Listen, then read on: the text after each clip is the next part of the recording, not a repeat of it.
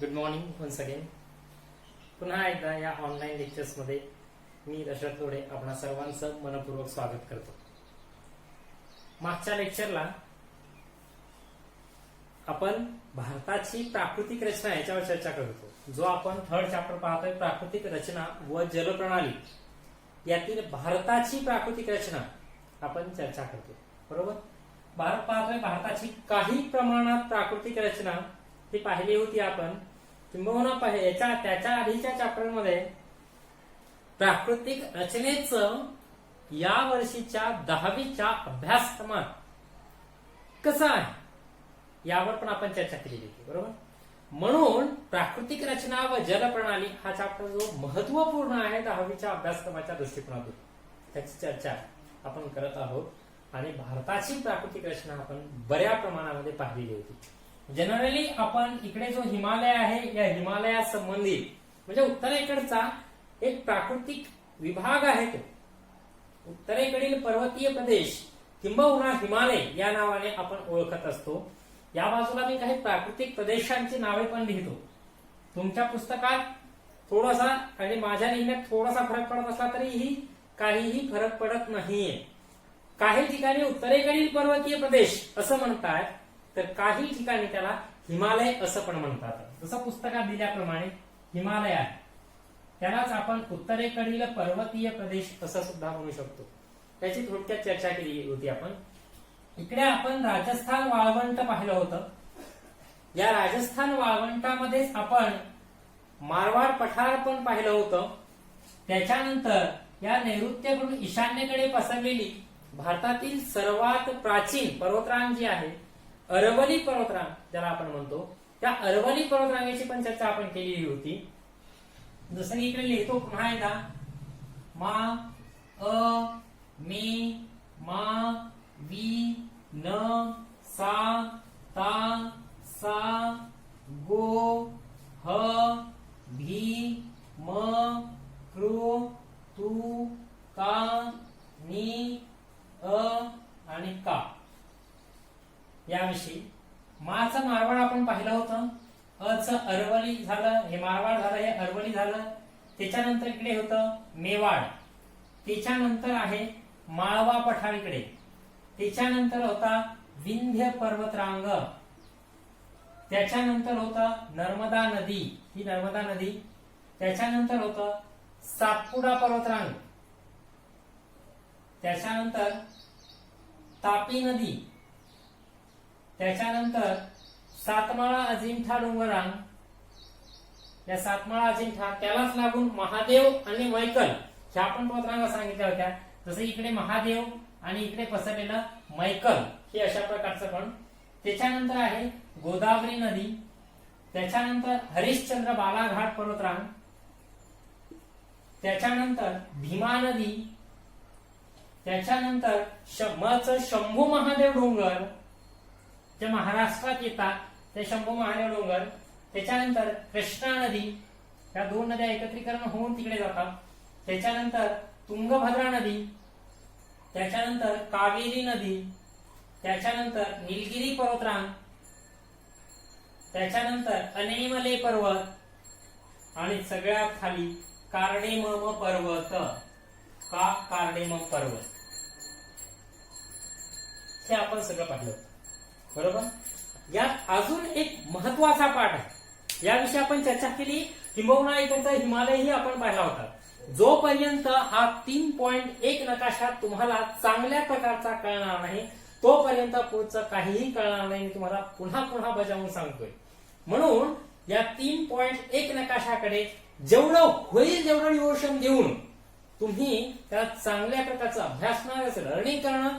Learning म्हणता येणार ना, त्याचं पाठांतर पोपटपंची करायची नाहीये. नकाशाला खेळा, आपोआप सगळे प्राकृतिक विभाग आणि प्राकृतिक घटक तुमच्या लक्षात राहायला सोपं जाईल. म्हणून तिकडे आपण जाणीवपूर्वक जास्तीत जास्त वेळ घालतोय. बरोबर. आता इकडचा जो भाग आहे, पुन्हा एकदा बघा, इकडे आहे अरबी समुद्र. याच्यावर चर्चा केली पण पुन्हा सांगतोय. अरबी समुद्र.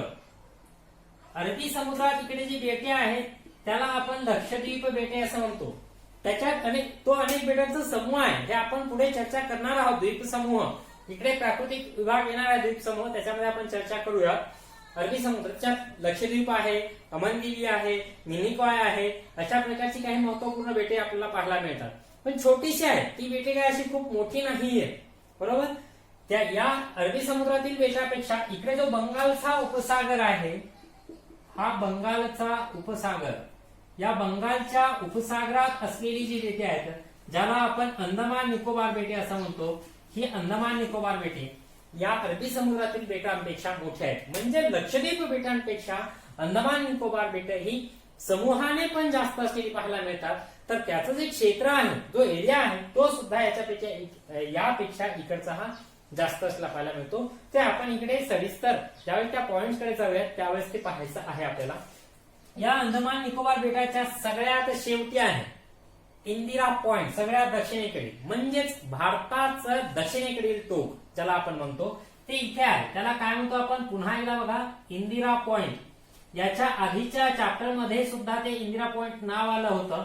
6°45 उत्तर अक्षवत्तावर ते आहे, ही आपण चर्चा केलेली होती. 6°45 उत्तर हे जे अक्षवत्ता आहे, या अक्षवत्तावर ही इंदिरा पॉइंट असलं पाहिजे. म्हणजे इथून गेलेलं जे अक्षवत्ता आहे ते आहे 6°45 वाला, तिथून ते इंदिरा पॉइंट गेलेलं आहे जे भारत. कारण ही बेटे जरी असली तरीही ती बेटे एक भारताचा भाग आहेत. जरीही ती भारताच्या मुख्य भूमीशी प्रत्यक्ष या मार्गाने जोडलेली नसली, म्हणजे भूमार्गाने जोडलेली, जलमार्गाने आणि हवाई मार्गाने जोडलेली आहे, पण प्रत्यक्ष ती भूमार्गाने मात्र जोडलेली नाहीत. किंबहुना तो प्रत्यक्ष भारताचा जो हा मुख्य एरिया आहे, त्या मुख्य एरियाला त्या क्षेत्रातील जोडलेली नसली तरी सुद्धा ती भारताचा भाग आहे, राजकीय आणि प्रशासकीय सुद्धा दृष्ट्या. म्हणून त्याचा आपल्याला अभ्यास करणं हे अनिवार्य ठरतंय, बरोबर. म्हणून भारताचा अगदी उत्तरेपासून पाहिला तर दक्षिणेकडचा जो भाग आहे तो येतो इंदिरा पॉइंट. आणि भारतीय द्वीपकल्पाचं दक्षिण टोक, पुन्हा पुन्हा चर्चा होते त्याच्यावर, कारण याच्यावर रिकामी जागा किंवा एखादं अयोग्य विधान ओळखा किंवा चुकीचं वाक्य ओळखा, बरोबर वाक्य याच्यामध्ये येऊ शकतं. ते म्हणून सांगतोय, ज्या वेळेस भारतीय द्वीपकल्पाचं दक्षिण टोक म्हटलं जातं त्यावेळेस इथे येतात कन्याकुमारी, बरोबर. आणि भारताचे दक्षिण टोक म्हटलं जातं तेव्हा येतं इंदिरा पॉइंट, बरोबर. या कन्याकुमारीच्या इथे आहे, तुम्हाला माहित असतील, पाण्याच्या थेंबासारखा ज्याचा आकार आहे, बरोबर. एक देश आहे वेगळा, कोणता, श्रीलंका, हा देश इथं असलेला आपल्याला पाहायला मिळतो. आता श्रीलंका आणि भारताची मुख्य भूमी, श्रीलंका आणि भारताची मुख्य भूमी या दोघांच्या दरम्यान सुद्धा काही प्राकृतिक घटक आहेत. काय काय आहे मग इथे आहे मन्नारचे आखात. या दोघांच्या मधला जो भाग आहे काय आहे, मन्नारचे आखात किंवा मन्नारचे आखात असं काही पण म्हणतात, लक्षात घ्या. जास्त टेन्शन घ्यायची गरज नाहीये, शब्दशः तिथे जायची गरज नाही. जो पुस्तकात दिलेला असतो तो आपण घेऊ शकतो. किंबहुना मन्नार दिलेला असेल पुस्तकात, तुम्ही मानार लिहित असाल तरी हरकत नाही, आणि मानार दिलेला असेल तुम्ही मन्नार लिहित असाल तरीही हरकत नाही. कारण ऍक्च्युली काय एटलास सारखे जर तुम्ही हे पाहिजे, नकाशावही वगैरे, नकाशा बुक वगैरे पाहिलं तर त्याच्यामध्ये वेगळंच नाव दिसून येईल तुम्हाला, पुस्तकात वेगळं कसं नाव दिसून येईल. म्हणून एवढ्या छोट्याशा मानव गोष्टींसाठी तुम्हाला तिथे गफलत करून घ्यायची गरज पडणार नाहीये, म्हणून काळजी घ्यावी. मन्नारचे आखात, आता आखात ही संकल्पना सांगायची गरज पुन्हा पडू नये असं मला वाटतं. का, कारण आपण याच्या आधीच्या लेक्चरलाच आपण इथे जे आखात दोन पाहिलेली, इथे काय होतं, कच्छचे आखात होतं, बरोबर. इथे काय होतं, खंबातचे आखात होतं, बरोबर. हे कच्छ आणि खंबातचे आखात पाहत असताना आखात आणि त्याचबरोबर खाडी ह्या ज्या दोन गोष्टी आहेत, आखात आणि खाडी, या दोनही गोष्टींची आपण चर्चा केलेली होती. म्हणून एक्सप्लेन करून मी तिथेच तुम्हाला सांगितलं होतं की हे दोन प्राकृतिक घटक कसे असतात, म्हणून ही कन्सेप्ट काय आहे, बरोबर, खाडी आणि आखात. म्हणून आता सांगायची गरज पडणार नाही. इथे आहे मन्नारचे आखात. आता लक्षात घ्या, त्या मन्नारच्या आखाताजवळच आहे पाल्कची सामुद्रधुनी. कशाची, पालकची भाजी जसं आपण म्हणतो तसं पाल्कची सामुद्रधुनी आहे ती. आता सामुद्रधुनी काय असते, इथे लिहितो मी सामुद्रधुनी. सामुद्रधुनी म्हणजे असं काही वेगळा भाग नाहीये, त्याच्यात काय धुनी पेटवलेला नाही किंवा एखादा होम केलेला नाहीये, बरोबर. सामुद्रधुनी ही एक कन्सेप्ट आहे भूगोलातली. सामुद्रधुनी म्हणजे काय, ते दोन मोठ्या जलाशयांना जोडणारा पाण्याचा एक निमुळता भाग जो असतो त्याला आपण सामुद्रधुनी असं म्हणत असतोय. काय असतंय, की दोन मोठ्या जलाशयांना जोडणारा पाण्याचा निमुळता भाग, ज्याला आपण सामुद्रधुनी असं म्हणत असतोय, बरोबर. तर आता बघा, इकडे आहे बंगालचा उपसागर, इकडे आहे अरबी समुद्र, खाली आहे हिंदी महासागर. आता इथे श्रीलंका आणि भारत याच्या मधला जो हा निमुळता भाग आहे, त्या भारत आणि श्रीलंकाच्या मधला निमुळता भाग, हा बघा पाण्याचा निमुळता भाग आहे. इकडच्या आणि इकडच्या जलाशयांना तो काय करतोय, जोडण्याचं काम करतोय, बरोबर. म्हणून ती झाली सामुद्रधुनी. पण विशेष करून तिला नाव दिलेलं आहे पाल्कची सामुद्रधुनी. अशा जगाच्या नकाशावर तुम्ही पाहिलं तर अनेक प्रकारच्या सामुद्रधुन्या तुम्हाला पाहायला मिळू शकतात, बरोबर. म्हणून काळजी करायची. ओके, मन्नारचे आखात आहे, पाल्कची सामुद्रधुनी आहे, बरोबर. ह्या दोन गोष्टी इथे याच्या लक्षात घ्यायच्या, बरोबर. इथे तुम्हाला पाहिलं होतं, इथे आहे कच्छचे रण, इथे आहे काल सांगितल्याप्रमाणे गिरनार पर्वत, आणि हा जो पार्ट आहे याला काय म्हणतोय आपण, काठियावाड प्रदेश, बरोबर. इकडे आहे थरचे वाळवंट किंवा भारतीय महावाळवंट ज्याला आपण म्हणतोय, बरोबर. हा इकडचा झाला अरवली पर्वत, बरोबर, सर्वात प्राचीन पर्वतरांग. आता बघा, इकडे आहे एक पर्वतरांग, इथून अशा प्रकारची एक पर्वतरांग पसरलेली पाहायला मिळते. ओके, जी अरबी समुद्राला समांतर आहे, समांतर म्हणजे अशी पसरलेली सारखी, जसा अरबी समुद्र आहे तशाच प्रकारची, किंबहुना अरबी समुद्राला लागून जी भारताची किनारपट्टी आहे, ही किनारपट्टी कोणती झाली, पश्चिम किनारपट्टी. कारण कोणता भाग आहे, डावीकडचा भाग आहे. पुन्हा कन्फ्युज होऊ नका दिशेच्या बाबतीत. हे झालं पूर्व, हे झालं पश्चिम, हे झालं उत्तर, आणि हे झालं दक्षिण, बरोबर. बघा, हा डावीकडचा भाग येतोय, म्हणजे कोणती डायरेक्शन आली, ही पश्चिम आली. हा जो पश्चिमेकडचा भाग आहे, ही झाली पश्चिम किनारपट्टी भारताची. तिच्या बाबतीत अजून एक सांगतो, ही भारताची किनारपट्टी कशी आहे, पश्चिम किनारपट्टी दंतूर आहे. भारताची किनारपट्टी दंतूर. कोणती पण, फक्त पश्चिम किनारपट्टी भारताची दंतूर आहे. ही पूर्व किनारपट्टी भारताची, ती दंतूर नाही. या पश्चिम किनारपट्टीचं सगळ्यात महत्वाचं वैशिष्ट्य आहे, ती दंतूर आहे. दंतूर म्हणजे दात जसे असे असे असे असे असे झिगझॅग पद्धतीचे, सेम, किंवा कंगव्याचे दात जर पाहिले तुम्ही तर हे झिगझॅग पद्धतीचे असतात, सेम तसं आहे. कारण हा जो पश्चिम, तुम्हाला मी बोललो होतो काय सांगत असताना, आखात, बरोबर, आखात आणि खाडी ही कन्सेप्ट मी तुम्हाला सांगत होतो. त्याच वेळेस सांगितलं होतं की भारताच्या या पश्चिम किनारपट्टीवर अनेक खाड्या आणि भूशिरा पाहायला मिळतात. आता अजून एक सांगतो तुम्हाला यात कन्सेप्ट, द्वीपकल्प, याच्यावर आपण चर्चा केली पण कन्सेप्ट सांगितली नाही.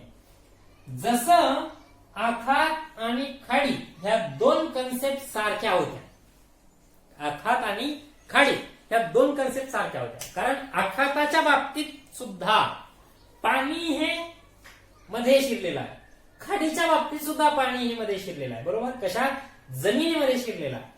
फक्त खाडीच्या बाबतीत ते छोटस असतं, आखाताच्या बाबतीत तो भाग मोठा असतो. क्लिअर. सेम तसा आहे द्वीपकल्प आणि भूशीर.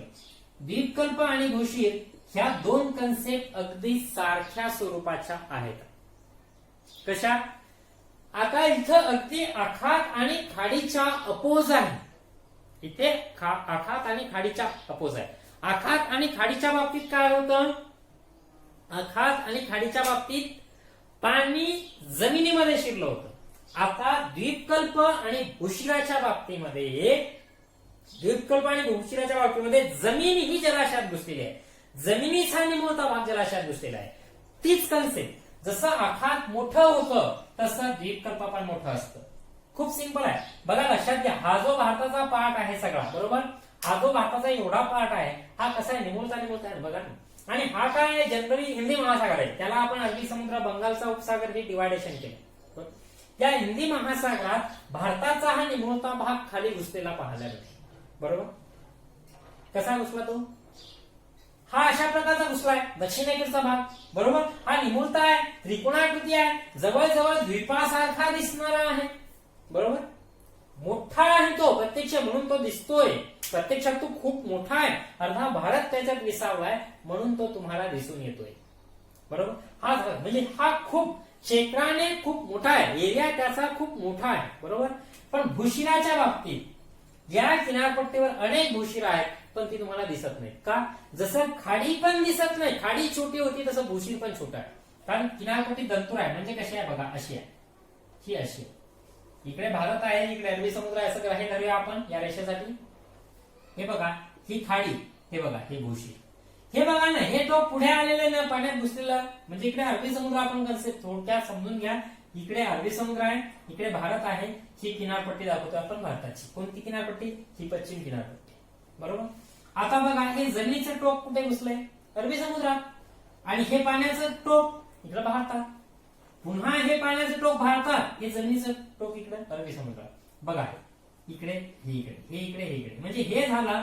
बघा, हा डार्क केलेला भाग तुम्हाला काय आहे? पाणी आहे. हा जो भाग आहे पाणी. म्हणजे बघा, मध्ये मध्येच पाणी काय झालंय? आत आत घुसले. ही ही ही ही आणि ह्या झाल्या खाड्या.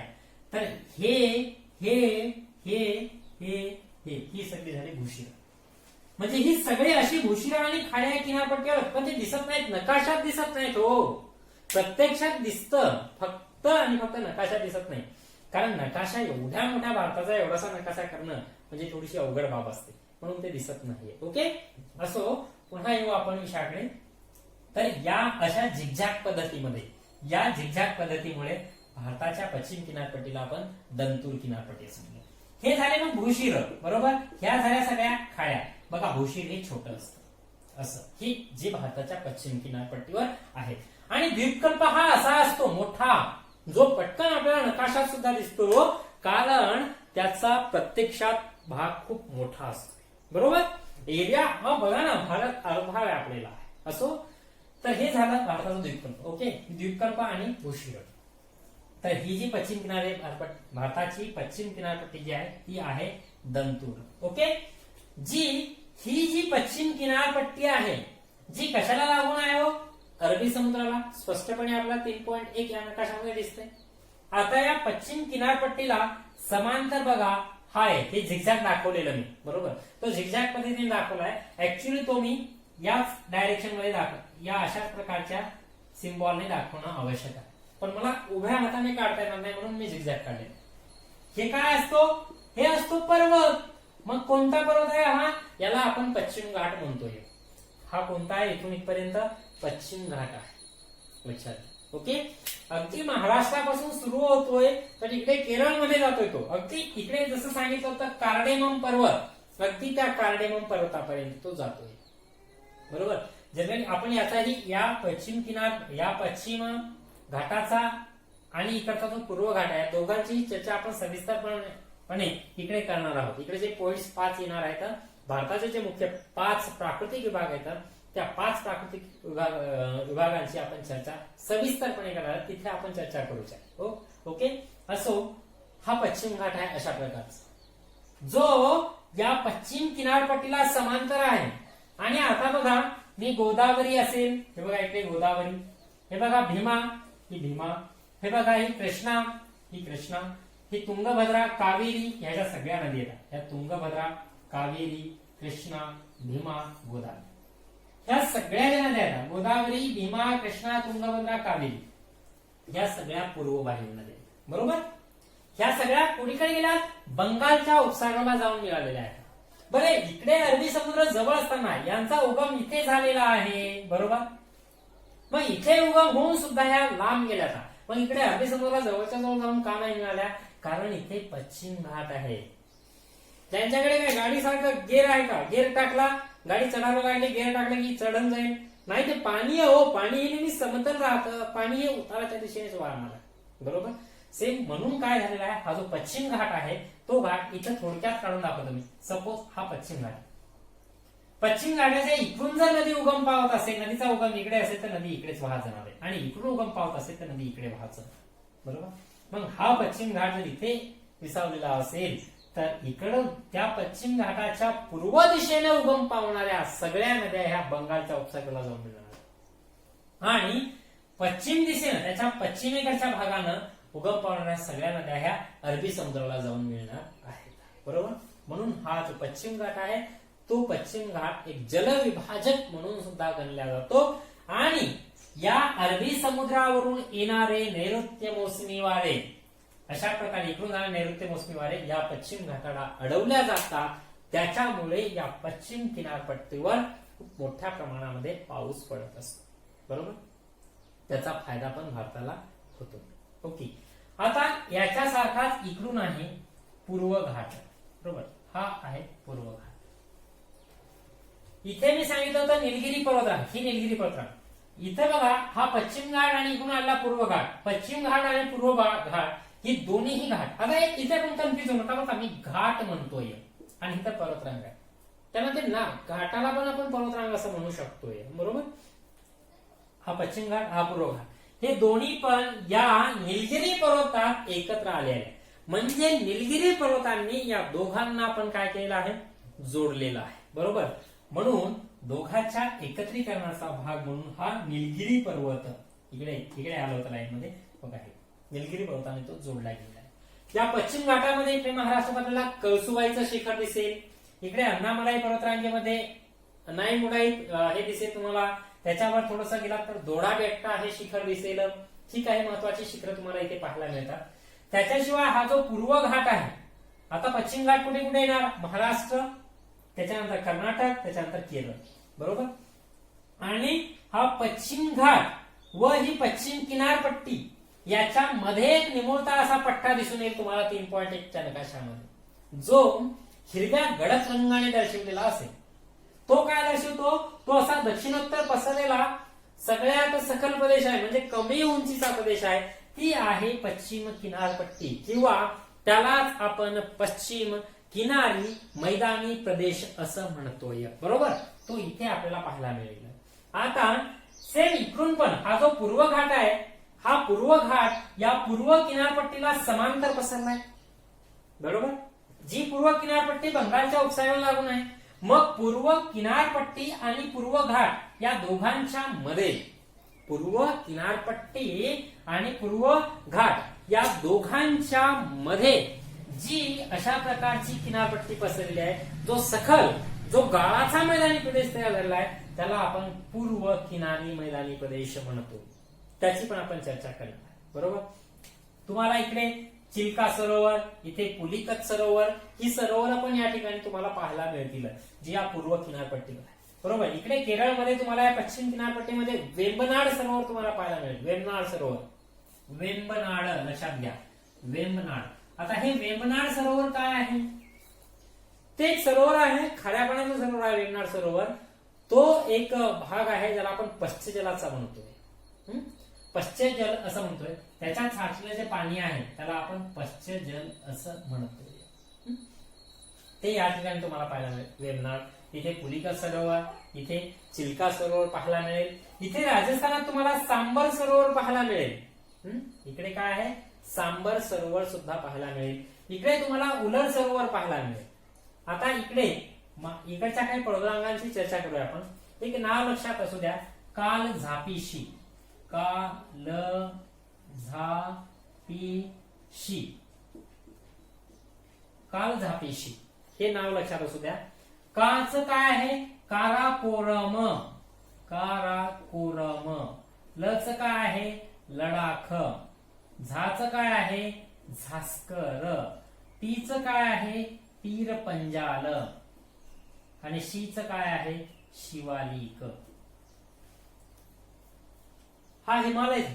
बरोबर, बघा ही उतरती सिक्वेन्स आहे, या उतरत्या क्रमानुसार हे आहे.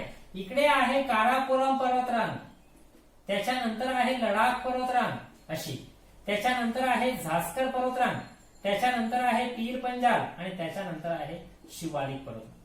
म्हणजे ज्या वेळेस तुम्ही इकडून भारतीय उपखंडातून असं चालत जाल हिमालयाकडे, त्यावेळेस सगळ्यात सुरुवातीला काय लागेल बघा, शिवालिक लागेल.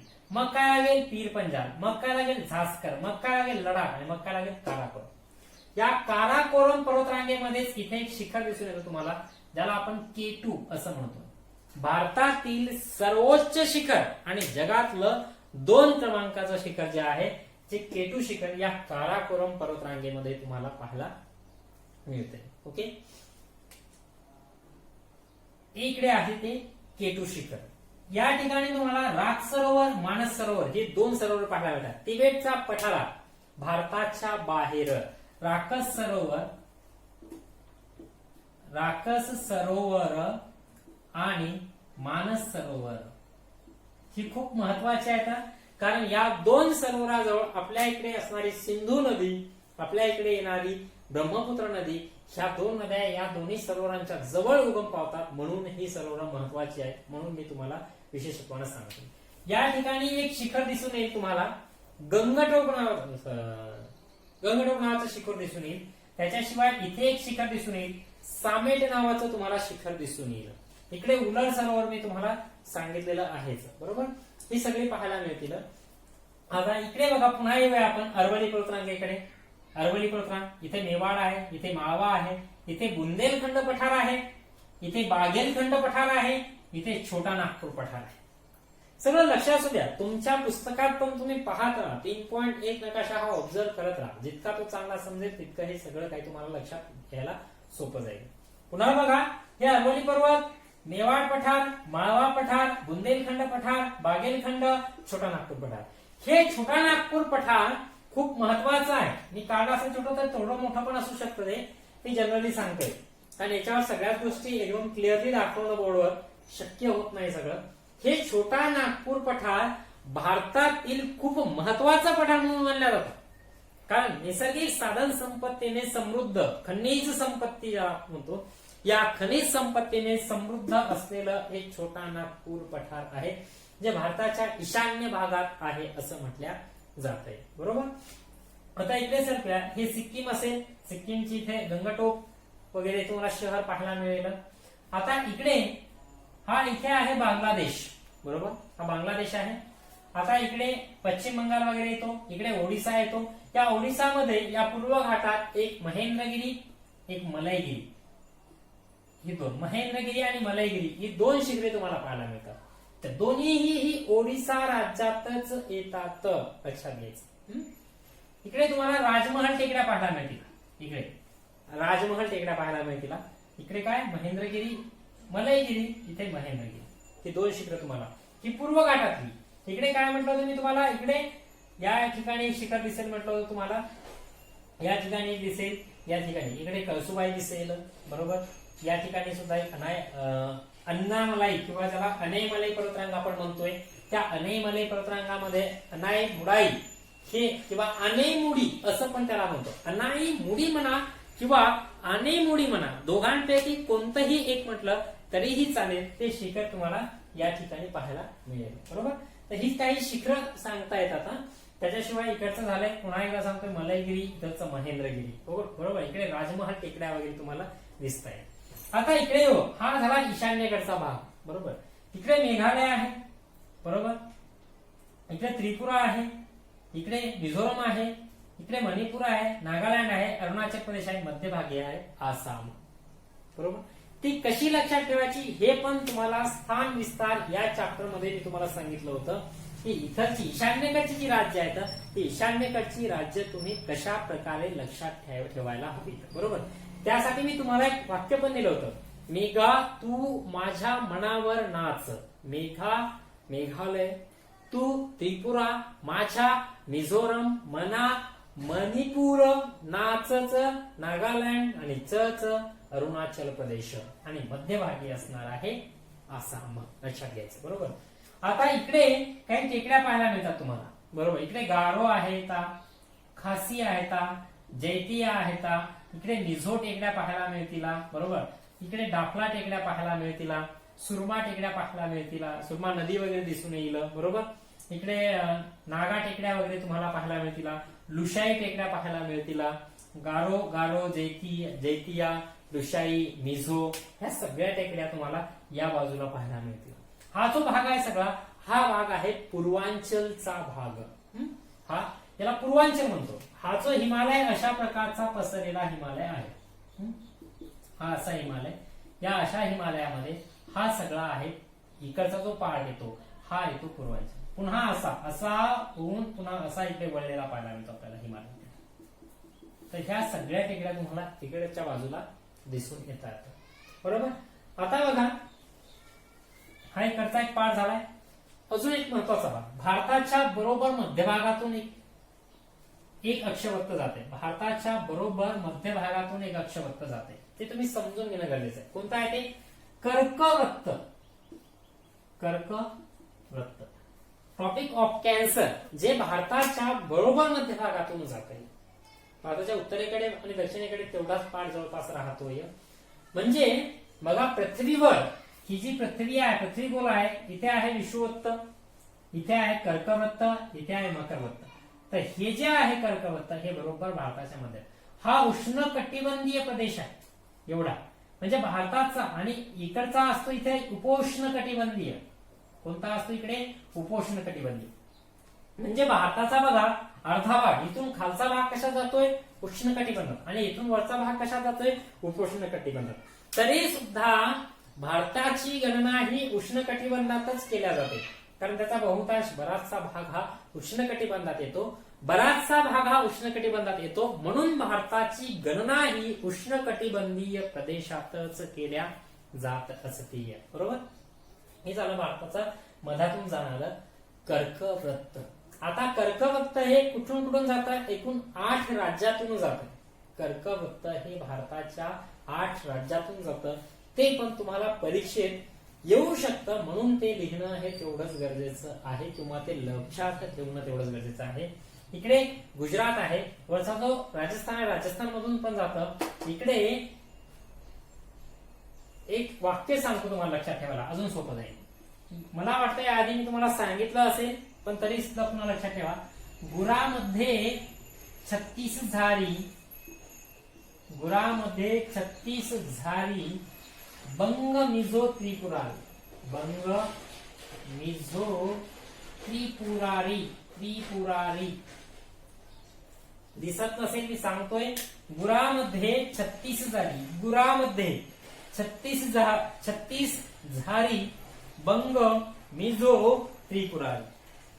8 राज्यांचा समावेश होतो. हे वाक्य कशासाठी लक्षात ठेवायचंय? याच्यात 8 राज्य दडलेली आहेत. बघा, याच्यात गुजरात झालं, याचं राजस्थान झालं, याचं मध्य प्रदेश झालं, छत्तीसगड झालं, झारखंड झालं, बंगाल झालं, मिझोरम झालं, त्रिपुरा झालं. बघा, गोल किती झाले? 1 2 3 4 5 6 7 8. बरोबर? बघा, गुजरात हे इथं, राजस्थानचा इथलचा भाग येतो असा इथे थोडासा, मध्य प्रदेश तर येतोच भरपूर. त्याच्यानंतर तर छत्तीसगड इथलचा, महाराष्ट्राच्या पूर्वेकडचा भाग छत्तीसगडचा, ते छत्तीसगडमधून जातं. झारखंड येतं इथलचं, बंगाल येतं इथे. त्याच्यानंतर मिझोरम, ही इकडचा भाग मिझोरमचा येतो, आणि त्रिपुरा हा इकडचा भाग त्रिपुराचा आहे. बरोबर? म्हणून गुरामध्ये 36 झारी, बंग मिझो त्रिपुरारी.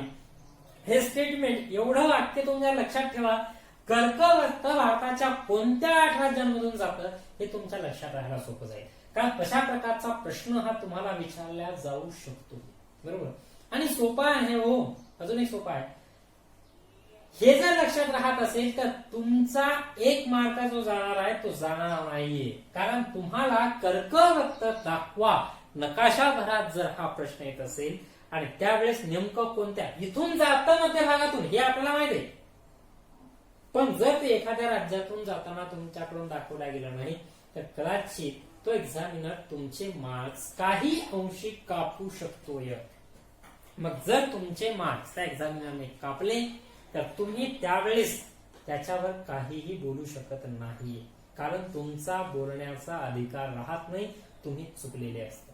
म्हणून तुमची चूक होता कामा नये याच्यासाठी या काही गोष्टी डिटेल्स मध्ये लक्षात ठेवणं हे गरजेचं असतं. बरोबर? इकडे एक अजून शिखर आहे, लक्षात असू द्या, कामेट शिखर. या ठिकाणी ते असलेलं पाहायला तुम्हाला दिसून येईल. बरोबर? ह्या एवढ्या काही गोष्टी आहेत. खरं तर भारताच्या प्राकृतिक रचनेच्या बाबतीत खूप साऱ्या गोष्टी आहेत. तुमची काही, आता आपण तुमच्या पुस्तकाकडे थोडस जाऊया. म्हणजे हे पुस्तकाच्या बाहेरचं आहे का, होतं का? नाही, हे सगळं पुस्तकातलंच आहे, पुस्तकातलंच होतं. मी माझ्या पद्धतीने तुम्हाला समजावून देण्याचा प्रयत्न केला. तर एवढ्या गोष्टी किंवा यापेक्षा अजून काही गोष्टी, नद्यांवर अजून मी चर्चा केलेली नाहीये, नद्या अजून बाकी आहेत, कारण जलप्रणालीकडे अजून आपण सरकलेलो नाहीये. बरोबर? म्हणून काही प्रश्न आहेत भारताच्या बाबतीतले, त्या प्रश्नांची चर्चा आपण करूया थोडक्यात.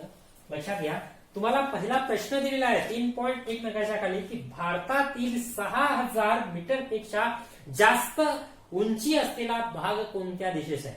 ज्याची उंची सूचीमध्ये तुम्हाला उंची दर्शवलेली आहे, बरोबर. मग 6000 मीटर पेक्षा जास्त उंची असलेला प्रदेश कुठे? हा इकडे, बरोबर. म्हणून उत्तर काय लिहायला हवं तुम्ही? उत्तरेकडे असं लिहायला हवं. द्वीपकल्पावरील दक्षिण वाहिनी नदी शोधा आणि ती कोणत्या नदीच्या खोऱ्यात येते? बघा, लक्षात घ्या, द्वीपकल्पावरील दक्षिण वाहिनी नदी शोधायची तुम्हाला, बरोबर.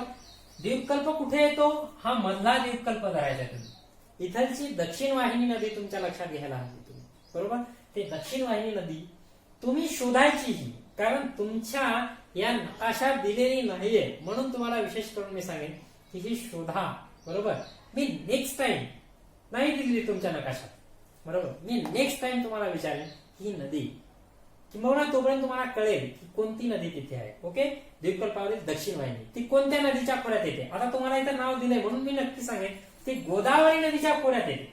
ही जी गोदावरी नदी आहे त्या गोदावरी नदीच्या खोऱ्यात ती येणारी आहे, बरोबर. पुढचा प्रश्न आहे, गडद हिरव्या रंगाने दर्शवलेला भाग जो आहे उत्तरेकडील भूमीचा उतार कोणत्या दिशेस आहे? इकडे उत्तरेकडील ही भूमी आहे, गडद हिरव्या रंगाने दर्शवलेली आहे, उतार कोणत्या दिशेला आहे? बघा, पूर्वेकडे उतार आहे तिचा, कारण जसं तुम्ही पश्चिमेकडे सरकार भाग त्याचा फेंट होत चाललेला आहे. जसं पूर्वेकडे सरकार तसा तो डार्क होत चाललेला आहे, आणि जेवढा ग्रीन रंग डार्क होत जातो तेवढं उंचीचं प्रमाण हे प्रदेशाच्या कमी होत जातं, हे तुम्हाला इथे स्पष्टपणे दिसून येते. म्हणून उत्तरेकडचा हा जो प्रदेश आहे याचा उतार, या मैदानाचा उतार कोणीकडे आहे? पूर्वेकडच्या बाजूला, म्हणजे इकडे उतार हा जास्त प्रमाणात असलेला दिसून येतो. अरवली पर्वत ते छोटा नागपूर पठारादरम्यान असलेल्या पठारांची यादी करा असं ते म्हणतात, बरोबर. आता हा अरवली पर्वत आहे, हा छोटा नागपूर पठार आहे, सरळ सरळ आहे. अरवली मेवाड आहे, हा अरवली पर्वत. इथपासून छोटा नागपूर पठाराबद्दल तुम्हाला सांगायचे, मेवाड पठार, माळवा पठार, बुंदेलखंड, बांगेलखंड आणि छोटा नागपूर पठार. याच्यात विंध्याचल पण येते, विंध्याचल, बांगेलखंड दोन्ही कॉमन पण अशी चर्चा केल्या जात असते, बरोबर. पुन्हा प्रश्न आहे की पूर्व घाटातील शिखराचे नाव सांगा. बघा, पूर्व घाटातील हे आताच महेंद्रगिरी आणि मलयगिरी ही दोन मी तुम्हाला नावं सांगितली होती आता पूर्व घाटातली. त्याच्यानंतर ब्रह्मपुत्रेच्या सखल मैदानी प्रदेशाची सीमा कोणत्या पर्वतीय भागांनी अंकित केलेली आहे? बघा, इकडून ब्रह्मपुत्रा नदी येते, म्हणजे सांगितले तुम्हाला नद्यांचा अजून आपण पाहत नाहीये, ही ब्रह्मपुत्रा नदी, बरोबर. बघा, इथे आसाममध्ये ब्रह्मपुत्रा नदीने मैदानी प्रदेश तयार केलेला आहे. मग हा जो आसाम मधला ब्रह्मपुत्रेचा जो मैदानी प्रदेश आहे त्या मैदानी प्रदेशाच्या ह्या ज्या सीमा आहेत अंकित केलेल्या, त्या कशाने अंकित केलेल्या आहेत? तर हा जो पूर्वांचलचा भाग आहे, म्हणजेच हिमालयाचा पूर्वेकडचा भाग, त्या पूर्वांचलच्या रांगाने, म्हणजे त्याच्यात गारो आहेत, खासी आहे, जैतिया आहेत, मिझो आहेत, दाफला आहेत, लुशाई आहेत, ह्या ज्या सगळ्या टेकड्या आहेत त्या सगळ्या टेकड्यांनी ती अंकित, त्याची सीमा या आसामच्या मैदानी प्रदेशाची सीमा अंकित केलेली. अंकित म्हणजे ते खंडित केलेली आहे, सीमा ही थांबवलेली आहे तिथे, असं त्याचा अर्थ होतोय. पुढचा प्रश्न आहे, निलगिरी पर्वताचे सापेक्ष स्थान सांगा.